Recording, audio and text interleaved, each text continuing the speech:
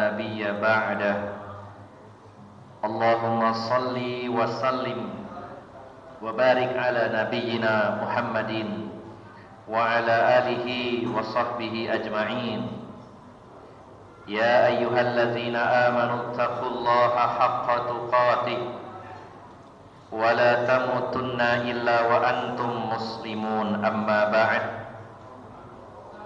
Bapak-bapak dan ibu-ibu, saudara-saudari yang dimuliakan Allah Subhanahu wa taala.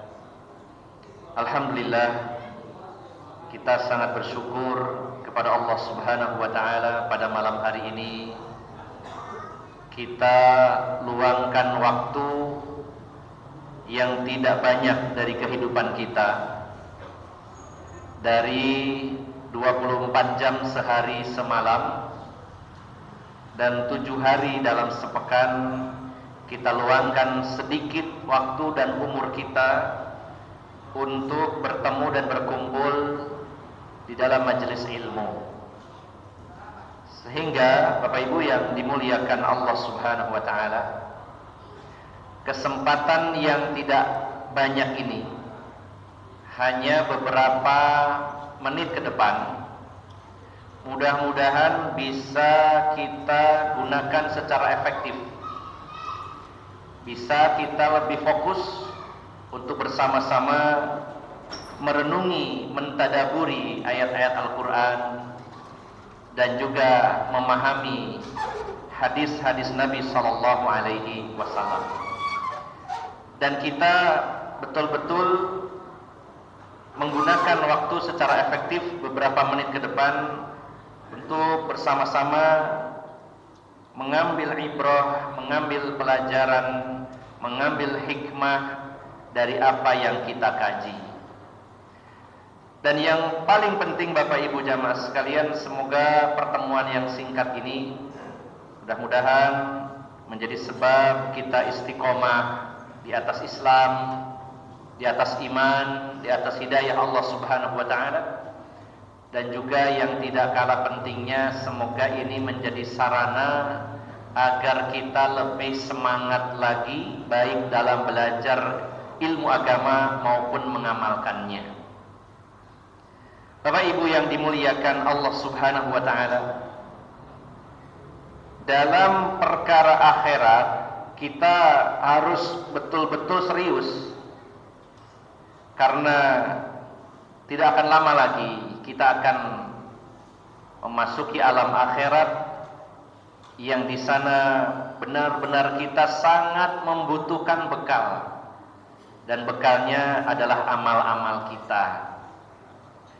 Saat dimana kita sudah tidak bisa beribadah lagi, saat dimana kita sudah tidak bisa beramal kembali dan tidak ada kesempatan lagi untuk beramal, alangkah bahagianya kita, ya istilahnya ayem tentrem di alam sana nanti, di akhirat nanti, baik di alam kubur maupun setelah hari berbangkit.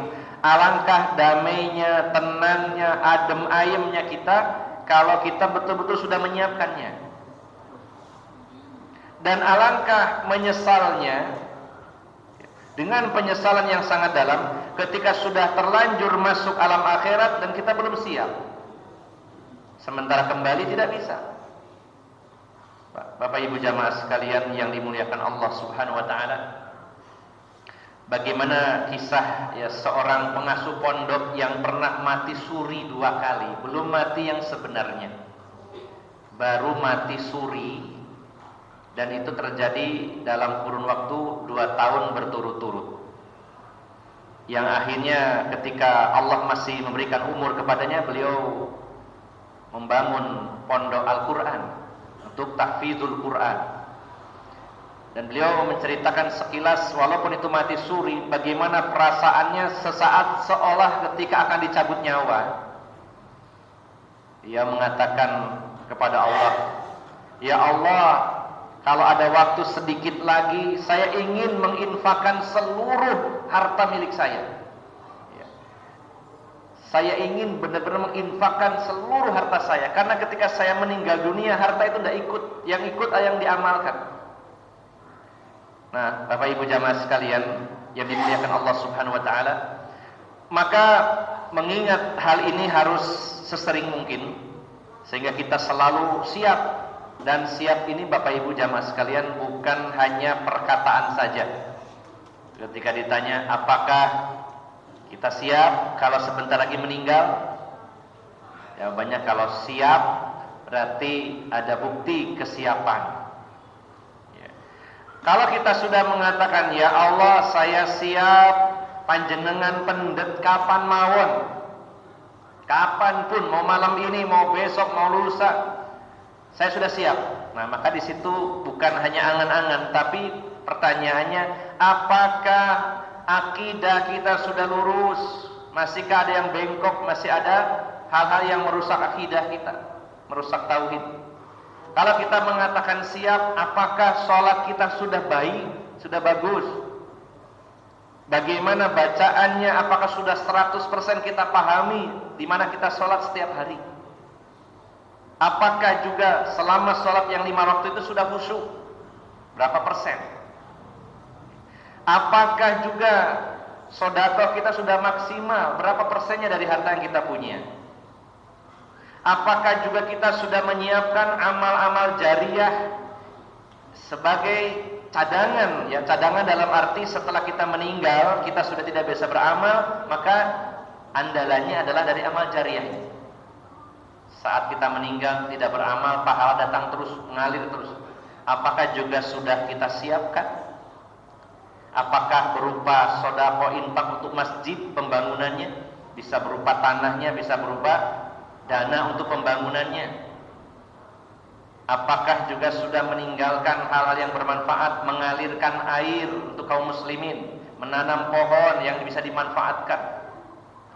Punya channel-channel YouTube yang ketika kita meninggal channelnya masih ada, ditonton orang, diambil manfaatnya. Sudahkah kita siapkan semua itu? Bapak Ibu jamaah sekalian, kita harus bahasa ya, kalau bahasa kasarnya kudu gupuh Pak, masalah akhirat ini ya. Jangan nyantai. Gupuh dalam arti bukan tergesa-gesa. Maknanya kita ini wah harus betul-betul serius. Gimana ya, kok ya kayaknya masih kurang nih, masih kurang. Alangkah bahagianya saat kita meninggal dunia, bekalnya cukup, tenang di alam kubur, tenang saat meninggal, tenang saat berbangkit, tenang di padang mahsyar, tenang saat dihisab, tenang di mizan, di jembatan sirat, tenang. Insyaallah. Sementara kalau kita kekurangan bekal, yang terjadi kebingungan, kepanikan, penyesalan yang tidak bisa diperbaiki, sulit. Karena kita tidak mungkin kembali lagi. Hanya sedikit harapan, mungkin ini pun bisa dapat, bisa tidak. Bisa jadi dapat keringanan dengan adanya syafaat, baik dari kaum mukminin atau dari para syuhada atau dari Rasulullah SAW. Syafaat dari Allah yang diberikan kepada mereka. Tapi kita harus betul-betul mempersiapkan ini semua Bapak Ibu jamaah sekalian. Karena siapa yang akan menyangka kalau malam ini atau besok lusa kita sudah kembali ke hadirat Allah Subhanahu wa taala. Maka mari kita betul-betul ini harus selalu diingat setiap waktu dan setiap saat agar kita selalu siap, dan kesiapan yang memang betul dibuktikan dengan amal-amal saleh. Mudah-mudahan Allah senantiasa memberikan keteguhan kepada kita di atas iman dan keistiqomahan di atas Islam, serta diberikan kemudahan dan semangat untuk bisa beramal soleh, di mana amal soleh itu diterima oleh Allah Subhanahu wa taala. Bapak Ibu yang dimuliakan Allah Subhanahu wa taala, malam ini insyaallah kita akan memulai pembahasan sebuah kitab yang tipis ya, yang berjudul Syarhu Risalati Fadlil Islam. Ini kitab yang cukup tipis ya, kurang lebih halamannya hanya total 178. Namun kitab aslinya jauh lebih tipis dari ini, karena ini syarah artinya penjabaran. Dan 178 masih berbahasa Arab gundul, saya belum tahu ada terjemahannya atau tidak. Seandainya ada, bisa dibeli dan dipelajari. Kitab ini sebenarnya penulis aslinya, yang teks aslinya yang tipis adalah Syekh Muhammad At-Tamimi, atau yang lebih dikenal Syekh Muhammad bin Abdul Wahab. Ya. Di mana sebagian orang banyak yang menyudutkan, bahkan mendiskreditkan, memfitnah beliau, yang dianggap membawa ajaran baru dan pengikutnya disebut Wahabi. Nah, sebenarnya dianggap dari situ ya. Nah, maka kita harus mengenal kitab beliau. Namun kitab ini bukan murni tulisan beliau, karena syarahnya, ini ada penjabarannya yang dijabarkan oleh Syekh Saleh bin Fauzan ya, bin Abdullah Al-Fauzan. Jadi ini ulama kontemporer, ulama baru yang mensyarah, menjabarkan kitab ini. Kalau kita terjemahkan Syarhu Risalati Fadlil Islam, yaitu penjabaran, penjelasan tentang risalah keutamaan Islam. Sengaja saya pilihkan kitab ini, mudah-mudahan ini salah satu ikhtiar kita untuk ma'rifatu dinil Islam bil adillah, untuk lebih mengenal agama Islam dengan dalil-dalilnya. Kita semua sepakat dan meyakini hadis Nabi SAW tentang pertanyaan kubur. Insya Allah saya, Bapak Ibu semuanya yang hadir di sini sepakat dalam hal ini, yakin akan adanya pertanyaan kubur. Barangkali ada yang tidak percaya, bisa disampaikan nanti selesai kajian. Ustaz, saya nggak percaya adanya pertanyaan kubur. Bisa, ada masalah, namanya menyampaikan, nanti kita luruskan. Tapi saya berhusnuzon kepada Bapak Ibu jamaah sekalian. Saya yakin Bapak Ibu dan saya meyakini, mengimani adanya pertanyaan kubur. Dan hadis-hadis tentang pertanyaan kubur bukan hanya satu macam, beberapa jalur, beberapa teks dengan beberapa redaksi yang sedikit berbeda, namun sama pada isinya. Dan ada 3 pertanyaan di alam kubur. Yang pertama yaitu pertanyaan tentang siapa Tuhan kita, man rabbuka. Yang kedua yaitu tentang nabi kita, wa man nabiyuka. Atau dalam hadis yang lain, wa manil ladzi ya ursila ilaik, atau ursila fik. Siapakah lelaki yang telah diutus di tengah kalian, dengan redaksi yang lain. Ada yang riwayat siapa nabimu, siapa laki-laki yang diutus di tengah-tengah kamu, artinya Rasul ya. Nah, yang ketiga, wa ma dinuka, apa agamamu. 3 pertanyaan ini sangat menentukan nasib seseorang.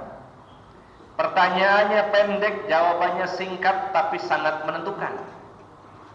Dan ini tidak bisa main-main Bapak Ibu jamaah sekalian. Jangan kita main perkiraan atau logika bahwa 3 pertanyaannya pendek, jawabannya pendek, sangat gampang, lalu kita hafalkan. Kita hafalkan, siapa Tuhanmu? Allah. Siapa Nabi Muhammad? Apa agamamu? Islam. Arek TK cetok bisa. Apa mana yang kau diburui Pak Mudin? Sopo pangeranmu? Wah, gampang. Jangan gampangan, Pak. Ya. Gampang kok wis dihibur ono Pak Mudin, ojo teretek lan gemeter. Siro diparani malaikat loro munkar dan nakir. Kurang lebihnya begitu ya, yang saya sering dengar gitu ya. Jadi ada orang yang menganggap enteng, cuman 3 soal pendek, jawabannya pendek, apalagi diajari sebelum datang, beberapa menit sebelum datang sudah didikte oleh Pak Mudin. Apa susahnya? Nah, ini mohon Bapak Ibu jamaah sekalian kita perbaiki konsep yang keliru ini. Sekarang kita berpikirnya bahwa orang yang bikin soal ketika ujian saja bukan orang sembarangan, pasti guru yang memang di bidangnya. Bagaimana dengan Allah yang membuat soal ini? Jangan pernah kita mengatakan Allah itu kok iseng ya, soal kok gembel banget ya. Kenapa nggak ada soal yang lain? Sebutkan, bacakan dalil tentang ini. Apa enggak itu pertanyaannya? Kok cuma tanya 3 gampang? Ini persepsi yang salah. Kenapa salah? Bahwa saat di alam kubur kita sendirian, meninggal sendirian di alam kubur sendirian, didatangi 2 malaikat yang belum pernah kenalan sebelumnya, belum pernah ketemu, belum pernah ada gambaran seperti apa. Dan di situ faktor yang menentukan seseorang bisa menjawab atau tidak bukan karena IQ-nya 200 atau enggak, bukan karena hafalannya kuat. Yang bisa menjawab 3 pertanyaan di alam kubur itu adalah orang-orang yang diteguhkan hatinya oleh Allah, dan itu ada sebabnya, yaitu ketika di dunia memang orang ini mengenal dengan baik, dengan mendalam 3 poin tadi. Orang yang bisa menjawab man rabbuka, siapa Tuhanmu? Allahu Rabbi, Allah Tuhanku, adalah orang yang waktu di dunia begitu mengenal Allah Subhanahu wa taala. Bukan hanya tahu saya namanya Allah, sembahan saya titik. Bukan itu saja. Allah punya nama-nama dan sifat-sifat yang tersebar di dalam Al-Qur'an dan hadis-hadis yang sahih. Apakah kita sudah memahaminya satu persatu, dan apakah sudah mengamalkannya, menghadirkannya dalam doa-doa dan kehidupan kita? Pertanyaannya, apakah pengenalan kita kepada Allah melebihi pengenalan kita kepada istri kita? Kalau kita lebih kenal istri kita ketimbang Allah, masih kurang. Jangan, gak ada jaminan kita bisa menjawab. Istrinya atau suaminya itu kita kenal secara mendetail sampai andeng-andengnya, kok jumlahnya ada berapa tahu panjenengan. Istriku punya andeng-andeng itu jiro lupat monam sebagian ini sampai hafal Pak, detail kenal. Nama panggilannya, nama aslinya, nama kecilnya, nama manisnya, sifatnya, apa kesukaannya, apa yang tidak disukainya. Nah, apakah juga itu kepada Allah lebih dari itu? Mengenal nama-namanya, mengenal sifat-sifatnya Allah. Ya. Orang yang waktu di dunia begitu lekat mengenal Tuhannya dengan baik, maka ditanya oleh malaikat Munkar dan Nakir, man rabbuka, gampang jawabannya, dia sudah kenal baik. Ketika ditanya man nabiyuka, siapa nabimu? Orang yang waktu di dunia begitu mengenal Rasulullah sallallahu alaihi wasallam secara mendetail. Mendetail ini bukan hanya ajarannya, bukan hanya sabda-sabdanya, bukan hanya perbuatannya, bukan hanya sifatnya, tapi bahkan sampai fisiknya Rasulullah dikenali. Kalau Bapak Ibu ingin mempelajari tentang detailnya ciri-ciri fisik Rasulullah sallallahu alaihi wasallam, insyaallah besok subuh di Al-Hidayah Meri ya, kita kaji kitab Syama'ilun Nabi atau Syama'ilul Muhammadiyah. Ciri-ciri fisik Rasulullah, bagaimana postur badannya, tingginya seberapa, rambutnya itu bagaimana, kedua mata beliau, hidungnya seperti apa, giginya, bibirnya, bahunya, dadanya, perutnya, semuanya dibahas. Disaksikan oleh para sahabat, disampaikan kepada generasi-generasi setelahnya. Yang paling lengkap dikumpulkan oleh Imam Tirmizi dalam kitabnya, yaitu kitab Syama'ilul Muhammadiyah, ya, tentang sifat-sifat fisik Rasulullah sallallahu alaihi wasallam. Nah, siapa yang mengenal beliau selama hidupnya secara mendalam, ketika ditanya siapa laki-laki yang diutus kepadamu, dia jawab dengan mudah, Rasulullah Muhammad sallallahu alaihi wasallam. Nah, pertanyaan ketiga, wa madinuka, apa agamamu? Yang bisa menjawab adalah ketika orang itu hidup di dunia, dia betul-betul mengenal tentang Islam. Bukan, Mas, napa Islam? Islam itu Isya, subuh, ya, lohor, asar, maghrib, kok pas ya 5 gitu. Ya. Harus betul-betul paham tentang Islam. Jangan sekedar kita mengaku Islam tapi tidak mengenal agama kita secara mendalam.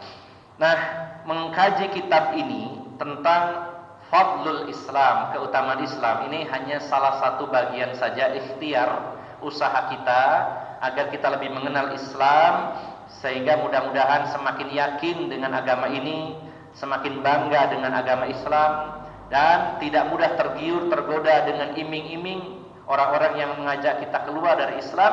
Dan yang paling penting adalah agar kita meninggal di atas Islam, dan semoga bisa menjawab dengan lugas dan tegas pertanyaan ketiga di alam kubur, yaitu wa ma dinuka, apa agamamu? Maka kita jawab al-islamu dini, Islam adalah agamaku. Ini adalah bentuk usaha kita. Mudah-mudahan Allah berikan kemudahan dan ridhonya kepada kita ketika mengkaji kitab ini, dan insya Allah ini tidak terlalu bertele-tele, sangat simpel pada poin-poin, isinya ayat hadis begitu. Hampir semuanya begitu. Baik Bapak Ibu jamaah sekalian, saya lompati mukadimah karena mukadimahnya sangat pendek. Jadi mukadimahnya cuma kalimat Bismillahirrahmanirrahim wa bihi nasta'inu babu fadlil Islam. Dalam syarahnya Alhamdulillahirabbil alamin wa sallallahu wasallama ala nabiyyina Muhammadin wa ala alihi wa ashabihi ajma'in. Nah, Bapak Ibu jamaah sekalian, bab pertama sesuai juga dengan kitab ini judulnya, yaitu babu fadlil Islam. Bab tentang fadilah atau maksudnya keutamaan atau keistimewaan agama Islam. Nah, langsung poin pertama yaitu Al-Quran surat Al-Ma'idah ayat ketiga. Wa qaulullahi ta'ala al-yawma akmaltu lakum dinakum wa atmamtu alaikum ni'mati wa raditu lakumul islama dina. Nanti kita akan membahas di awal kitab ini tiga ayat. Yang pertama ditujukan kepada kaum muslimin, yang kedua ditujukan kepada manusia secara umum, nanti ayat ketiganya ditujukan kepada ahlul kitab Yahudi dan Nasrani. Ya. Kita bahas dulu ayat yang ditujukan kepada kita, yaitu surat Al-Ma'idah surat 5 ayat yang ketiga. Pada hari ini telah aku sempurnakan untuk kalian agama kalian. Dan aku di sini adalah Allah. Ya. Pada hari ini telah aku sempurnakan untuk kalian agama Islam ini. Dan telah aku cukupkan nikmatku atas kalian. Dan juga telah aku ridhoi buat kalian Islam sebagai agama kalian. Ada tiga penggalan kalimat. Yang pertama, pada hari ini ya, telah aku sempurnakan untuk kalian agama kalian itu Islam. Yang kedua, telah aku cukupkan, sempurnakan nikmatku untuk kalian. Yang ketiga, dan aku ridho Islam sebagai agama kalian. Kita bacakan dulu syarahnya, penjelasannya. Lama kana an-nabiy sallallahu alaihi wasallam waqifan fi Arafatin fi hajjatil wada' nazalat alaihi hadhihi al-ayah al-yawma akmaltu al-ayah wa hiya min akhir ma nazala ala rasul sallallahu alaihi wasallam min al-Qur'anil karim aw hiya akhiru ma nazal li'annahu 'asha ba'daha muddatan yasiratan ba'da an raja'a ila al-Madinati ba'da al-hajji fadalla hadha ala anna Rasulullah sallallahu alaihi wasallam ma tufiya hatta akmalullahu bihi din. Ya, saya penggal di situ. Saya coba untuk merangkum supaya tidak bertele-tele. Bapak Ibu jamaah sekalian yang dimuliakan Allah Subhanahu wa taala. Ada satu riwayat yang tercantum dalam kitab Sahih Bukhari dan Muslim. Kita sering membacanya, perkataan ulama ahli hadis menyatakan muttafaqun alaih. Jadi hadis ini muttafaqun alaih, para ulama sepakat akan kevalidannya, kesahihannya. Riwayat Bukhari dan Muslim. Imam Bukhari dan Imam Muslim meriwayatkan ketika Nabi Muhammad SAW wukuf di Arafah pada peristiwa haji wada, haji terakhir, haji perpisahan, maka turunlah ayat ini, surat Al-Ma'idah ayat 3. Jadi turunnya disampaikan oleh malaikat Jibril kepada Nabi Muhammad SAW saat beliau bersama kaum muslimin wukuf di Arafah pada tanggal berapa Pak? 9 ya Zulhijjah, ya pastinya sedang wukuf. Zulhijjah pada peristiwa Haji Wada. Maka turunlah ayat ini. Dan saya tambahkan bahwa pada saat itu Rasulullah wukuf bersama kurang lebih 100.000 sahabat Nabi Sallallahu Alaihi Wasallam. 100.000 itu banyak ya Pak ya. Tapi kita kenal nama sahabat berapa orang ya. Artinya juga banyak para sahabat itu yang tidak dikenal. Bahkan kita termasuk terlebih saya bisa jadi belum tahu namanya. Artinya untuk menjadi orang yang besar tidak harus selalu terkenal. Berapa banyak ya orang-orang yang terkenal di langit tapi di bumi tidak terkenal. Walaupun begitu banyak yang terkenal di atas langit sekaligus terkenal di atas muka bumi. Wallahu alam, saya tidak tahu jumlah wanitanya, namun yang dijelaskan dalam beberapa riwayat bahwa sahabat dari kalangan laki-laki yang hadir waktu itu ada kurang lebih 100.000 jamaah yang wukuf bersama Rasulullah Muhammad SAW. Ya. Pada saat beliau wukuf dan beliau berkhutbah di hadapan kaum muslimin, disaksikan laki-laki kaum muslimin 100.000, turunlah ayat ini, al-yauma akmaltu lakum dinakum wa atmamtu alaikum ni'mati wa raditu lakumul islam dinan. Kemudian dijelaskan dalam Sahih Bukhari dan Muslim, maka ayat ini adalah ayat terakhir yang turun kepada Rasulullah sallallahu alaihi wasallam. Karena setelah itu beliau hidup hanya sebentar. Ya, ketika selesai haji, beliau pulang ke Madinah, tidak lama kemudian beliau sakit dan meninggal. Ya.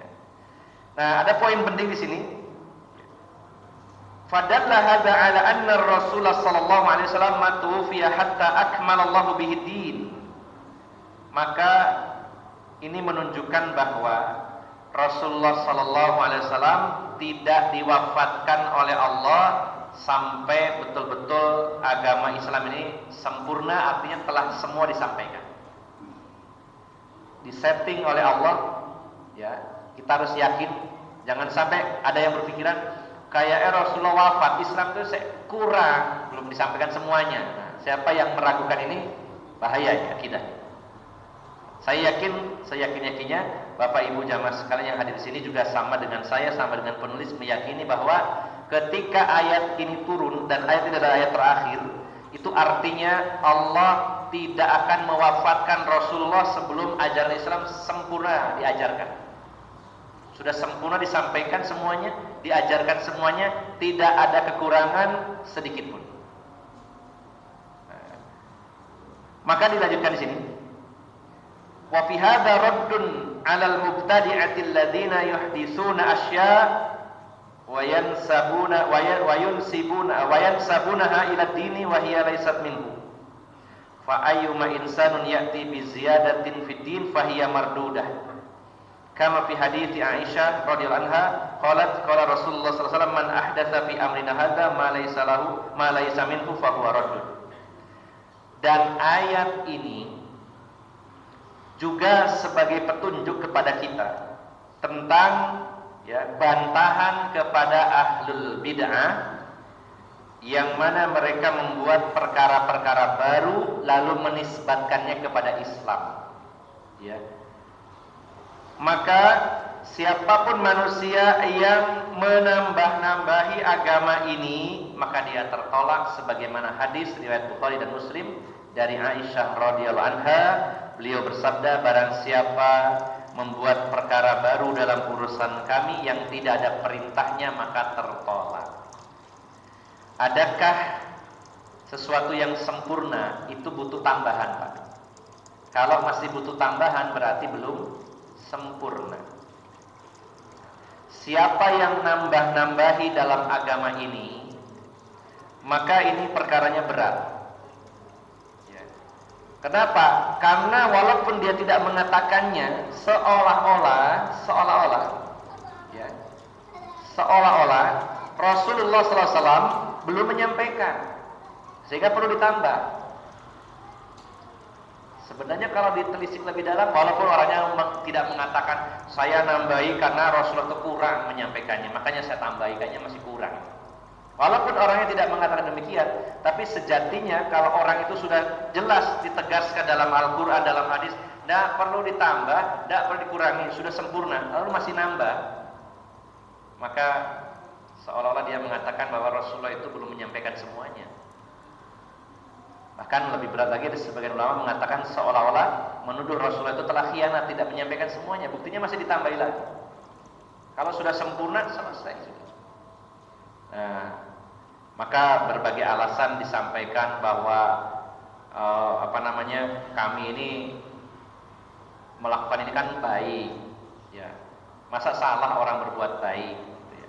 Baik atau buruk, standarnya bukan menurut kiai, bukan menurut seseorang, tapi menurut Al-Quran dan hadis. Ya. Kalaupun menurut kita baik, belum tentu menurut Al-Quran baik. Standarnya harus jelas. Baik tidaknya itu berdasarkan standar Al-Quran dan hadis yang sahih. Ya.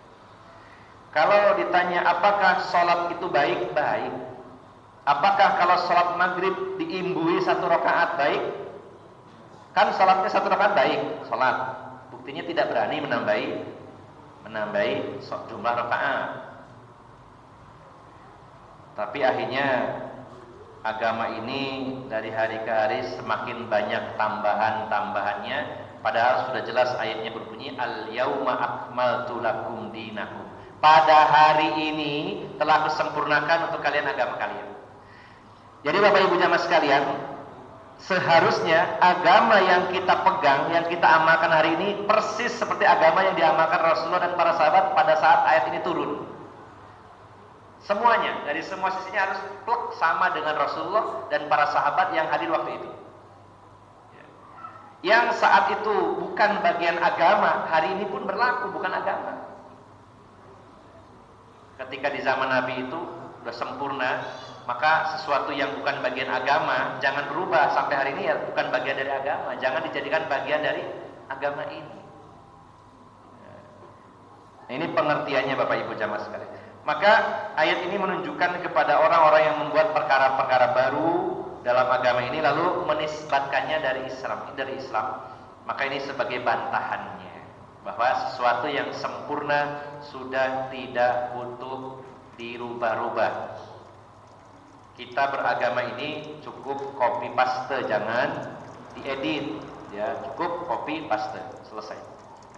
Dan pertanggungjawabannya di hadapan Allah ringan. Ya kita mengamalkan apa yang diamalkan Rasulullah dan para sahabat waktu itu. Kita mengamalkan apa yang ada dalam Quran, dalam hadis, enak. Pertanggungjawabannya mudah. Ini kemudian wa fihi raddun 'alal ladzina yantaqisuna al-islama wa yaqulun innahu la yasluhu likulli zamanin wa makanin mislu ma yunadi bihi al-an alladzina yaquluna innal islama li ajyalin madat wa li fitratin madat fala yasluhu li akhir zaman.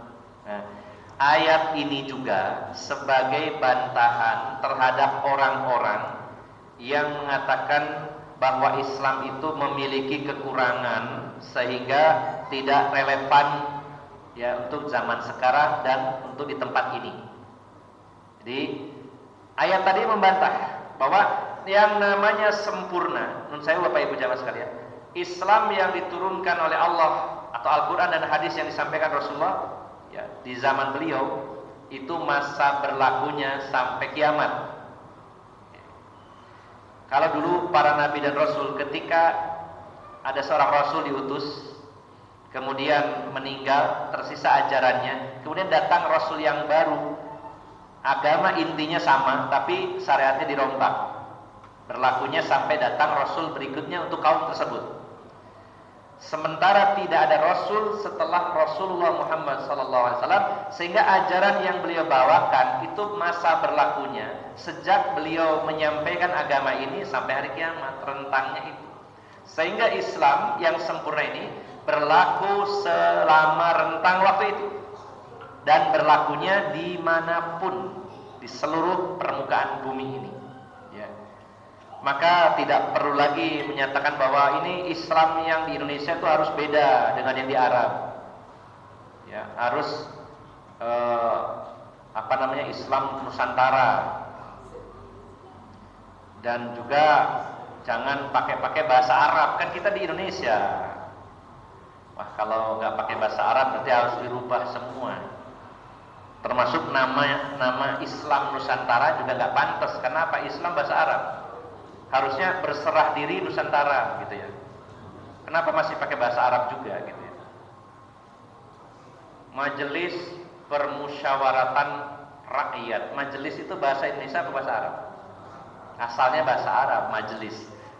Permusyawaratan. Musyawarah itu bahasa Arab atau bahasa Indonesia? Wah, buyar semua Pak nama-nama itu. Kalau begitu jangan ada kata-kata hakim. Hakim itu bahasa Arab. Ya. Banyak sekali ya di negeri ini sisi bahasa kita yang menggunakan bahasa Arab. Jadi Islam yang di Arab, yang di Afrika, di Eropa, di Rusia, di Cina, di Indonesia, Islam yang satu, yang sama, nggak ada bedanya. Kalau adat silakan berbeda-beda, dan kalau tidak bertentangan dengan Islam lanjutkan. Tapi ajaran Islamnya sudah sempurna, tidak usah dikurangi, tidak usah ditambahi. Kemudian relevan setiap zaman, dari zaman Nabi Muhammad sampai hari kiamat berlaku. Dan berlakunya bukan hanya secara waktu, juga lokasi, dimanapun berlaku yang sama. Nah, ini. Kemudian Bapak Ibu jamaah sekalian yang dimuliakan Allah Subhanahu wa taala. Ada satu poin yang tidak disampaikan di sini dalam syarahnya maupun kitab aslinya, bahwa pernah ada tokoh Yahudi yang datang kepada sahabat Umar. Pendeta Yahudi datang kepada sahabat Umar. Dia mengatakan, "Wahai Umar, ada satu ayat di dalam kitab sucimu yang seandainya ayat ini turun kepada kami orang Yahudi, pasti hari di mana turunnya akan jadi hari raya." Ini sangat dalam, Pak. Ini dalam kitab-kitab yang membahas tentang bid'ah, ini dicantumkan riwayat ini. Ya. Termasuk dalam kitab Ushulul Bid'ah Syekh Ali Hasan Al-Halabi. Ya. Jadi ada sekumpulan Yahudi, tokoh Yahudi datang kepada Umar. Mereka mengenal Quran, mempelajari juga. Wahai Umar, ada satu ayat di dalam Al-Quran, dalam kitab kalian. Seandainya ayat itu turun kepada kami, pasti akan kami catat tanggal turunnya, akan kami jadikan hari raya. Saking hebatnya ayat ini. Umar bingung, ayat opo? Kata pendeta Yahudi ini, ayat itu adalah al-yauma akmaltu lakum dinakum wa atmamtu alaikum ni'mati wa raditu lakumul islam madina. Nah, ayat ini begitu dalam karena ini sebuah pernyataan tegas dari Allah bahwa Islam itu sudah aku sempurnakan, selesai. Nah, mun sewu kalau bahasa kita sudah sempurna, sudah selesai, aro kayu kari bancaane gitu. Gimana gitu? Kita rayakan gitu. Ini menunjukkan betapa pentingnya ayat ini. Namun karena Rasulullah SAW memastikan dan menetapkan bahwa hari raya itu hanya Idul Fitri dan Idul Adha, sehingga sehebat apapun peristiwa-peristiwa yang terjadi sepanjang sejarah Islam tidak dijadikan hari raya. Begitu pula sahabat Umar, waktu itu tidak lantas berubah. Oh, kalau begitu saya umumkan kepada seluruh kaum muslimin, ketika ayat ini turun, hari di mana ini turun akan kita jadikan hari raya. Nyatanya tidak sampai hari ini. Ini menunjukkan bahwa kita tidak menambahi dan mengurangi apa yang sudah ditetapkan oleh Allah dan Rasul-Nya. Sedikit lagi Bapak Ibu jamaah sekalian. Wa atmamtu alaikum ni'mati, dan telah aku sempurnakan atas kalian nikmatku. Yang dimaksud nikmat di sini terutama adalah bihadzad-din, ya, dengan agama ini. Fahadzad-din huwa a'zamu ni'matin an'amallahu biha 'alal basyariyah. Ya. Karena nikmat terbesar yang Allah berikan kepada manusia adalah agama Islam. Keimanan, keislaman itu nikmat terbesar. Jadi seberat apapun masalah kita, musibah kita, selama kita muslim, mukmin, kita dapat nikmat terbesar daripada nggak punya masalah tapi nggak berislam. Nah, ini masalah besar. Apalagi kalau sudah masalahnya banyak secara duniawinya, agamanya juga bermasalah. Baru kemarin hari Rabu ya, karena ada tugas ambulan, saya bertugas di daerah Surabaya, membawa pasien ke rumah sakit. Namun karena pasiennya ini ukurannya XXXL gitu ya, beratnya 115 kilo, padahal sudah sakit setahun tetap temu. Sehingga yang ngangkat ke ambulan itu harus 4 orang ya, dengan susah payah. Dan sakitnya yaitu gagal ginjal, harus cuci darah sepekan 2 kali. Kemudian paru-paru dan jantungnya terendam air ya. Kemudian nun sewu juga karena tidak bisa pipis dengan lancar, pakai kateter sampai ukuran terbesar dan berdarah-darah. Kalau dimasukkan ke nun sewu kemaluan itu sampai berdarah-darah, sudah tidak bisa bangun, harus digotong ya. Dan kita angkat berempat, luar biasa beratnya. Dan qadarullah, takdirnya beliau seorang Nasrani. Sepanjang jalan aduh gitu. Terus teman-teman bilang, ya musibahnya besar ya Ustadz, kasihan sakitnya. Saya bilang musibah terbesarnya adalah akidahnya, terutama. Kalau dia seorang muslim, walaupun sakit kayak gitu, ya masih mending. Wah, dia dapat pahala dari sakitnya, dia dihapus dosanya, diangkat derajatnya oleh Allah Subhanahu wa taala dan lain-lain. Masya Allah.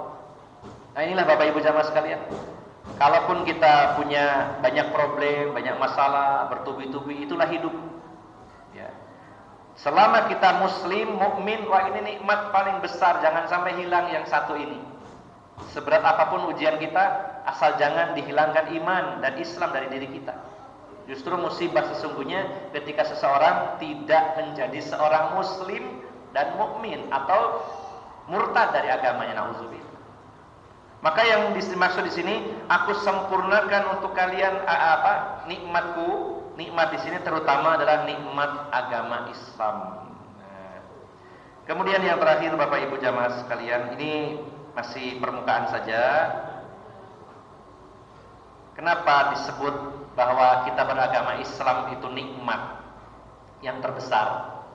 Bagaimana tidak, agama yang diterima Allah adalah agama Islam. Allah menyatakan ya, dalam surat Al-Maidah tadi, waraditu lakumul islama dina, dan aku telah ridho Islam sebagai agama. Bagaimana tidak nikmat kita dapat agama yang diridhoi oleh Allah. Dan bagaimana kita tidak bersyukur dan mendapatkan nikmat besar ketika Allah menyatakan innad dina indallahil Islam dalam surat Ali Imran ayat 19. Sesungguhnya agama yang diterima di sisi Allah hanyalah Islam, dan kita sebagai seorang muslim, Masya Allah.